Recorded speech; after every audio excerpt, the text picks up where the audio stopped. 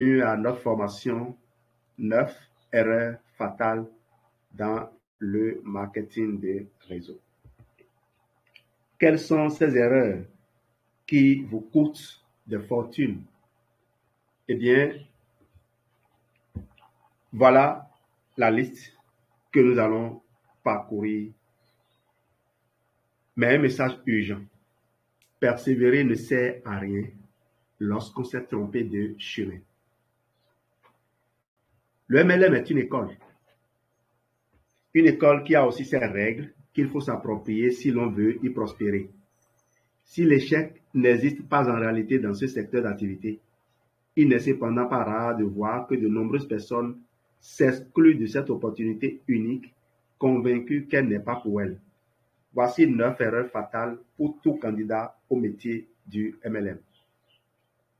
Erreur numéro 1, ne pas déterminer la raison profonde pour laquelle on le fait. Votre pourquoi est votre meilleur guide. Si vous savez pourquoi vous le faites, si vous savez pourquoi vous vous êtes engagé, vous saurez reconnaître les commentaires utiles et les commentaires inutiles. Je m'engage dans le MLM pour devenir un maître, pour me développer personnellement. Alors, je rencontre des gens qui me disent, « Oh, tu t'es inscrit à Forever, ce n'est pas un bon marketing de réseau. Là-bas, là, on va te demander de faire 4 points caisse, de faire 4 points caisse. On te fait dépenser ton argent. » Eh bien, vous obliger à faire les 4 points caisse, c'est vous obliger à vous surpasser. On nous a enseigné hier, sinon ce matin, qu'il faut se surpasser, sinon on sera dépassé.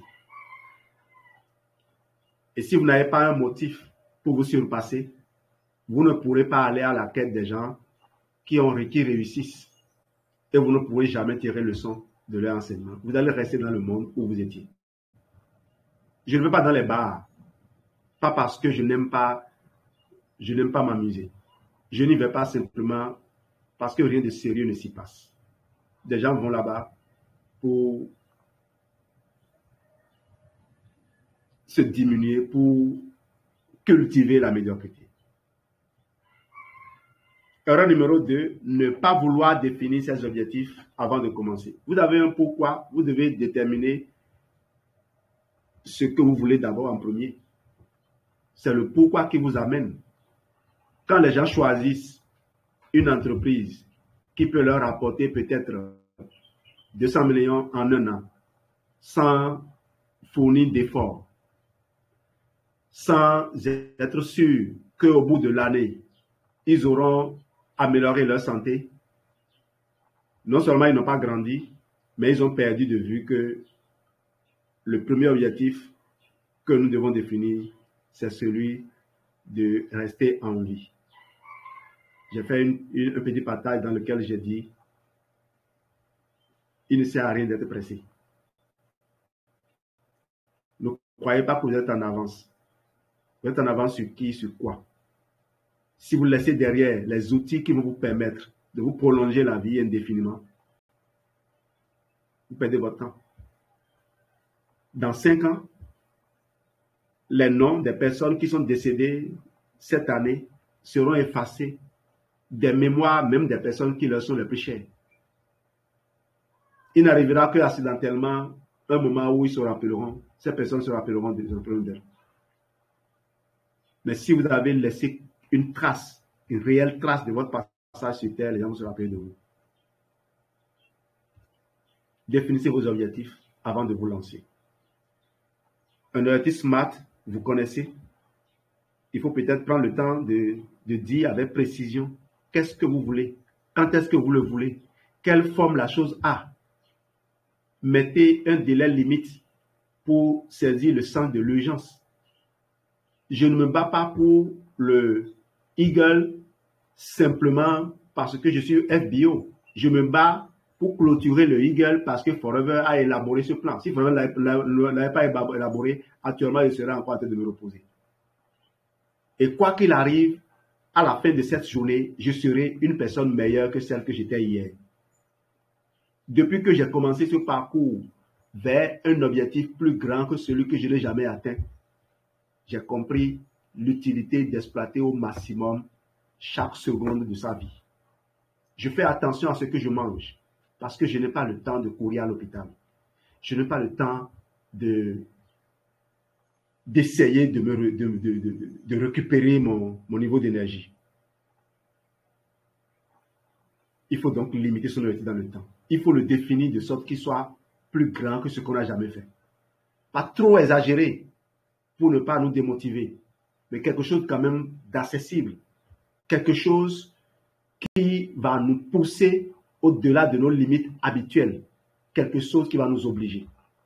Vous voyez, le mois passé, j'ai vu, ce mois-ci, quand on a publié les résultats du mois passé, j'ai vu beaucoup de noms de gens qui sont sur cette plateforme. J'ai vu Talaré, Souki était déjà là depuis longtemps. J'ai vu mon nom apparaître. Et je me suis dit, waouh! Donc, ce que nous faisions il y a quelques mois, quand on a lancé la semaine des bâtisseurs, c'est quelque chose qui nous est vraiment utile. Si on nous avait dit qu'on serait à ce niveau aujourd'hui, on aurait peut-être commencé plus tôt. Erreur numéro 3, croire que tout le monde doit vouloir ce que vous offrez. Ce n'est pas possible. Regardez ces échelles-là.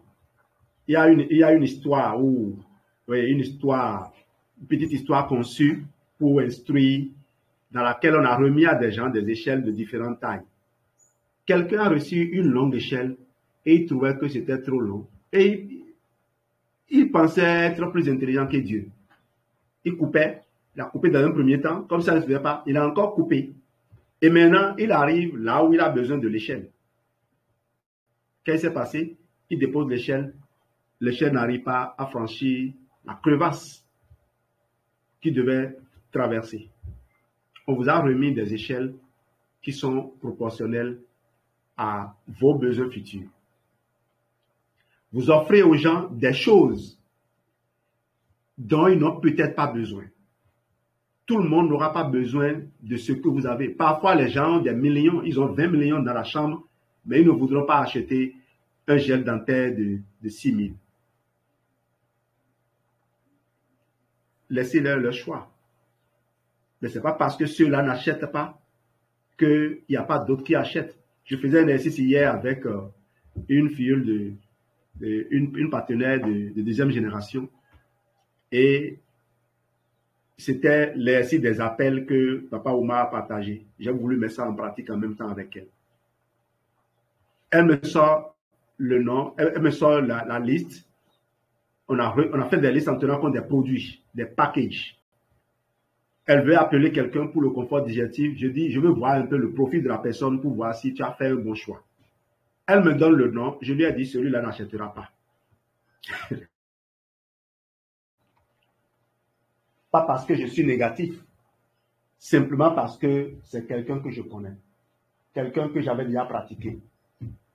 Et je lui ai dit, effectivement, celui-là n'achètera pas, mais tu vas l'appeler. Il se peut qu'il achète chez toi.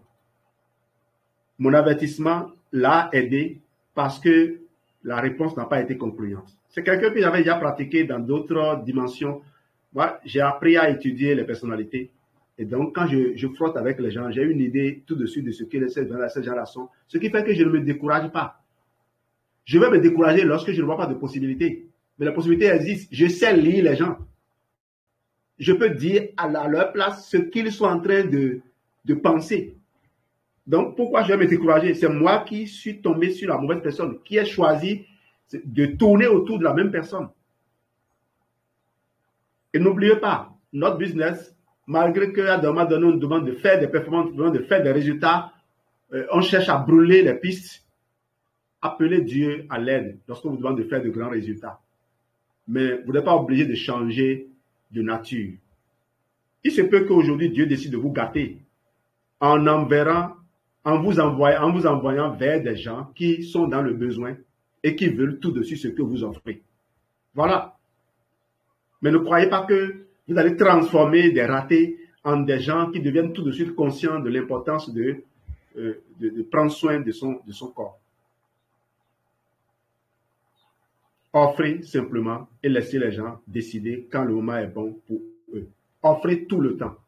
Commencez à offrir aujourd'hui pour que demain, vous rencontrez des gens à qui vous avez offert il y a 2 ans et qui ont refusé de prendre. Si vous ne le commencez pas aujourd'hui, demain, vous serez toujours nouveau. Si vous interrompez la liste, c'est que vous avez arrêté de semer. Regardez le cultivateur. Un cultivateur, c'est quand il a semé qu'il peut espérer une récolte la saison prochaine. Et avant même de récolter, il est déjà en train de préparer les semences de la saison à venir. Il a déjà commencé à semer d'autres choses. Erreur numéro 4, ne pas vouloir consommer les produits. Écoutez, vous vous amusez.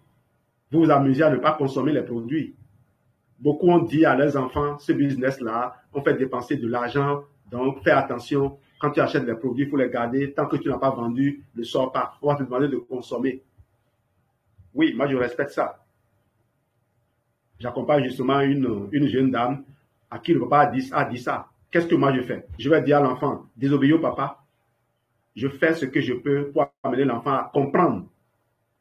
Et le jour où l'enfant comprendra, va décider elle-même, lui-même de consommer ces produits, il va avoir du résultat. Mais en attendant, moi je vais continuer à lui enseigner, à l'amener sur la voie, à lui faire lire des trucs. Il faut amener les gens à prendre les décisions par elles-mêmes. Je fais ainsi avec cette fille parce qu'elle est une verte. Je connais sa couleur de personnalité. Il ne faut pas décider à sa place. Si elle obéit à l'ordre de son papa par respect, elle finira par comprendre ce qui est bien pour elle et à le faire. Donc je la laisse. Je la laisse. Mais si vous ne consommez pas les produits, vous n'allez nulle part. Mon objectif numéro 1, quand je viens à Forever, c'est avoir les moyens de consommer ces produits comme je veux, sans devoir débourser l'argent de ma poche. Si vous me connaissez, vous savez que j'ai atteint cet objectif depuis longtemps. Et qu'aujourd'hui, à un moment donné, j'ai commencé par regretter de n'avoir défini que ça comme objectif. Aujourd'hui, je finis le mois avec plus d'1 million dans mon compte. Le bonus, je n'y touche pas. Le salaire, je n'ai pas besoin d'y toucher parce que l'argent circule. L'argent circule comment? Vous faites des ventes tous les jours. Et quand on fait une vente, quand moi je vends un aloe vera gel, j'ai pratiquement 8 000 francs de bénéfices pour minimiser. Et j'attends encore que Forever me paye des commissions par la suite. Alors, de quoi est-ce qu'on parle? Les gens ne veulent pas se gêner aujourd'hui pour semer.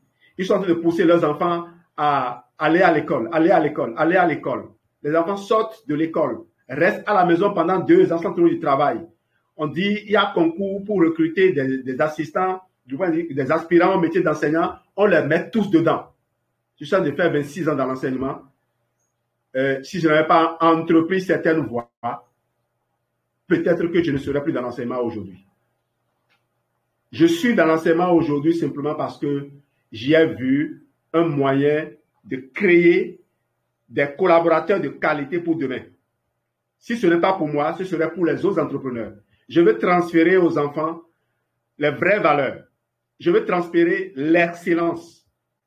Et les gens vont croire que c'est un hasard que je sois devenu le premier directeur d'un collège d'élite créé au Bénin. On n'est que 2.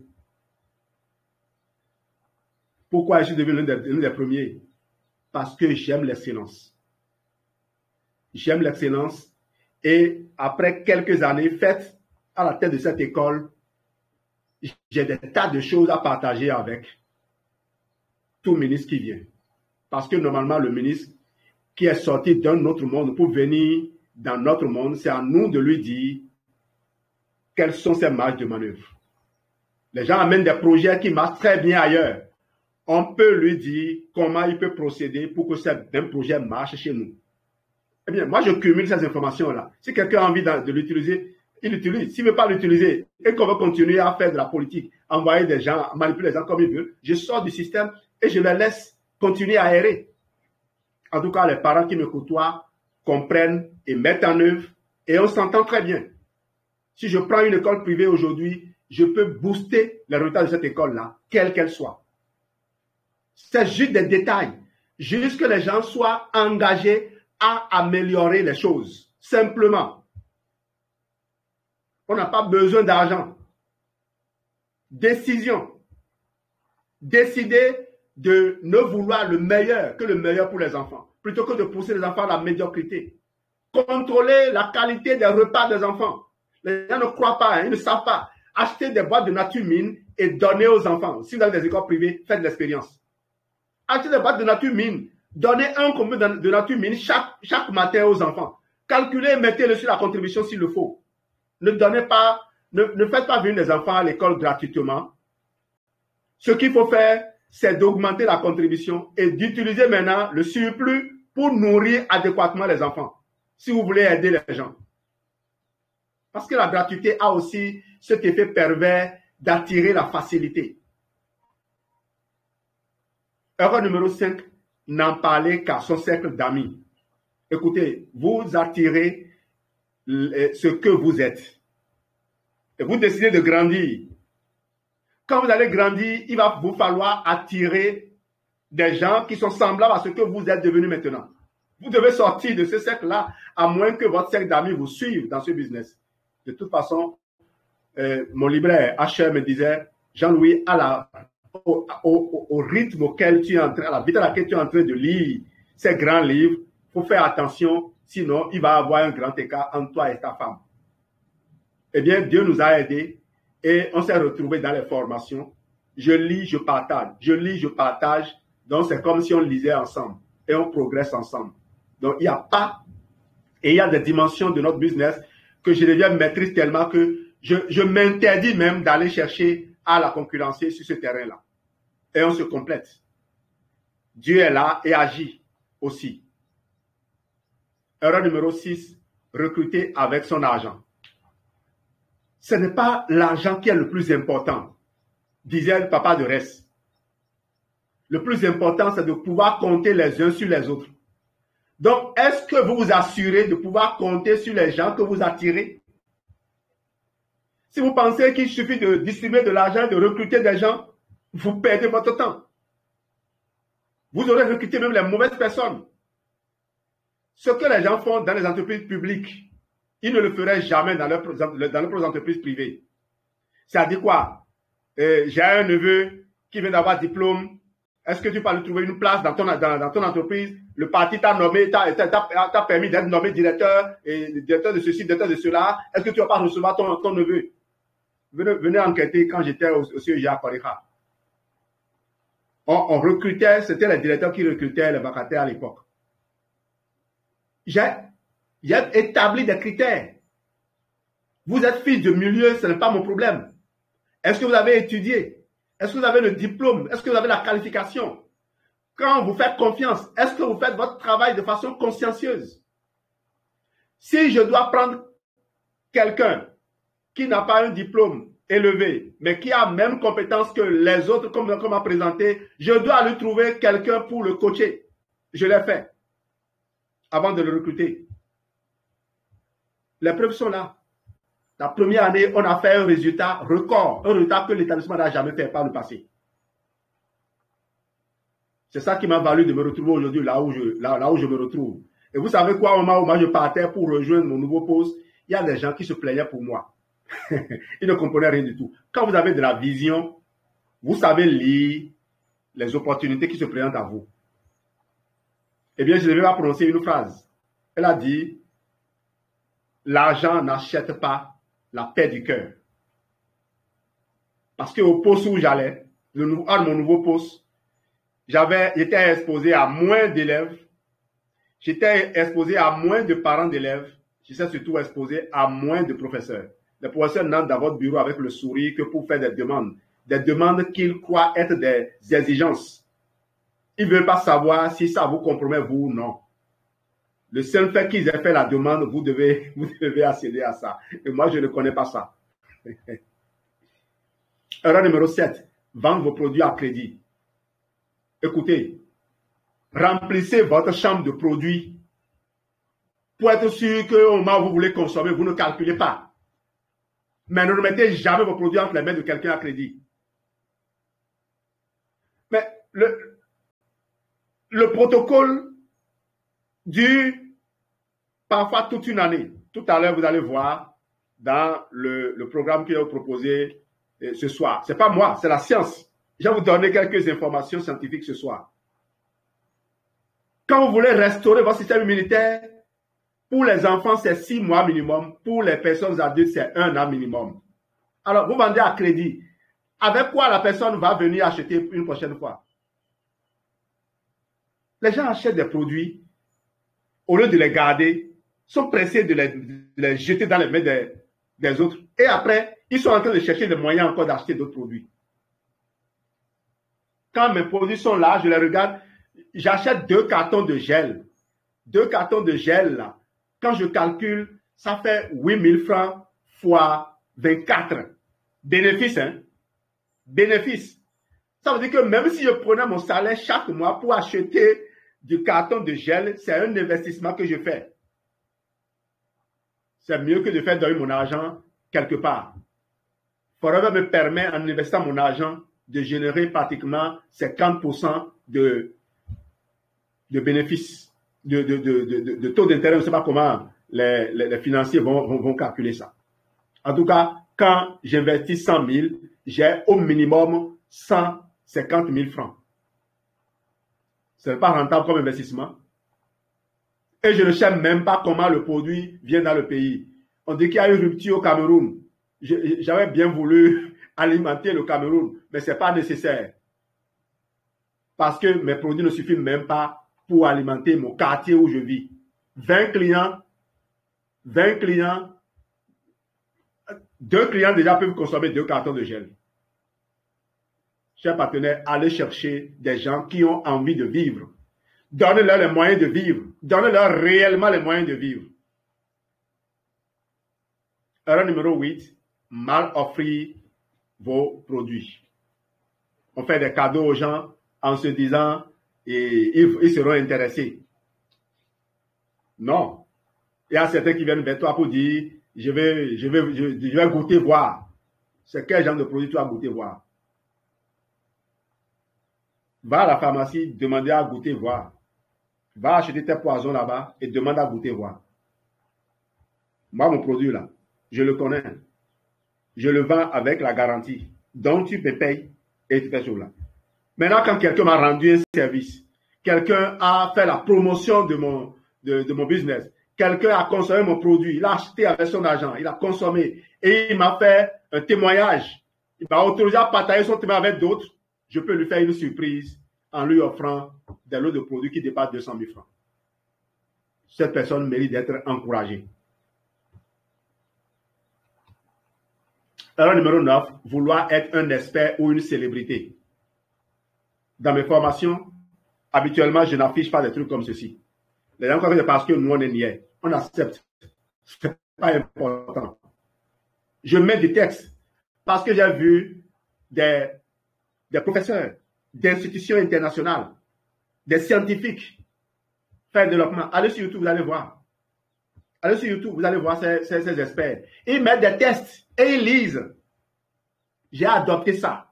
Je ne fonctionne pas comme si je faisais une soutenance de thèse, comme ce que vous voyez ici. Diapo qui comporte une seule ligne. Oui, vous venez de voir, on sait faire ça aussi. Mais nous voulons faire des choses que tout le monde peut faire. Je peux aller faire de la recherche en utilisant des mots-clés appropriés, en allant sur des sites bien indiqués. Je copie le test et je viens lire. Quand vous devenez un expert, vous n'êtes pas duplicable. Vous recrutez quelqu'un, la personne va vouloir être un expert avant de faire du résultat. C'est trop lent et c'est démotivant pour vous-même.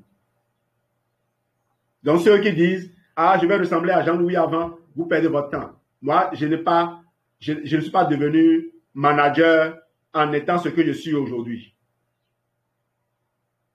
Et si c'est à recommencer, j'irai encore plus vite. Je ne m'asserrai pas sur les gens que j'ai recrutés me disant je vais les former. C'est justement l'erreur. Raoul m'avertissait, je ne comprenais pas. Et c'est là aussi, parfois, c'est important de dire les choses aux gens et de les laisser faire leur expérience. Si Dieu leur permet de réussir, ils vont survivre et venir vous rendre témoignage. Les enfants qui survivent sont les seuls qui rendent vraiment témoignage de la qualité de l'éducation donnée par leurs parents. C'est parce que je vis aujourd'hui que je continue, je cherche à avancer, que je perçois la pertinence des actions courageuses que ma maman a eu à engager à mon endroit. Mes grands sœurs, mes aînés n'ont malheureusement pas cette chance-là. parce que n'ayant pas fait les bancs très longtemps, elles se sous-estiment. Elles ne savent pas qu'elles sont plus riches que la plupart des gens sous lesquels elles se mettent. Et le comble, c'est qu'elles se mettent sous ces gens pour me critiquer moi, qui suis en train de faire en réalité ce qu'il faut. En tout cas, ce sera une autre paire de manches. On en parlera dans 10 ans. Elles seront toutes en vie. Je vais les maintenir toutes en vie, toutes en super forme. Et ces personnes qui essaient aujourd'hui de détruire ce que je bâtis seront là. Oui, elles seront en vie aussi. Mais elles vont devoir venir présenter leurs excuses. Elles ne savent pas ce qu'elles font. Pardonne les pères, comme a dit Jésus. Ils ne savent pas ce qu'ils font. On comprend mieux ces choses-là. Les gens qui essaient de vous limiter, les gens qui vous critiquent au lieu de vous encourager, ces gens ne savent pas ce qu'ils font. Ne leur accordez pas trop d'importance. Respectez-les parce qu'ils ont forcément des choses à vous enseigner. Il y a de nombreuses choses dans leur vie que vous pouvez prendre, mais ne les laissez pas vous détruire. Merci. Pour la conclusion, déterminez votre réelle motivation pour faire le MLM. Recherchez des modèles de réussite qui sont accessibles. Tous ne le sont pas. Il y en a qui sont orgueilleux. Il y en a qui ne pensent qu'à eux-mêmes. Il y en a qui veulent forcément revendiquer la paternité de votre transformation. Si vous côtoyez ces gens, vous allez leur ressembler. Suivez les conseils des gens que vous avez choisi de suivre. Merci Nana.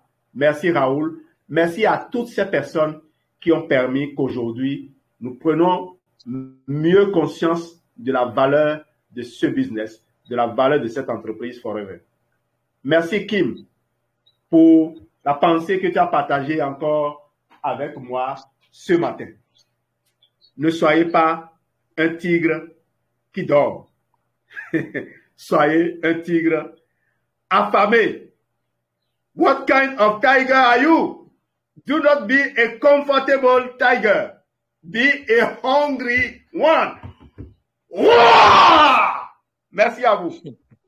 Merci beaucoup. Merci Jean-Louis. Merci, merci. Merci, mon Trop fort. Merci, trop fort aujourd'hui. Merci beaucoup. Merci à tous pour la présentation.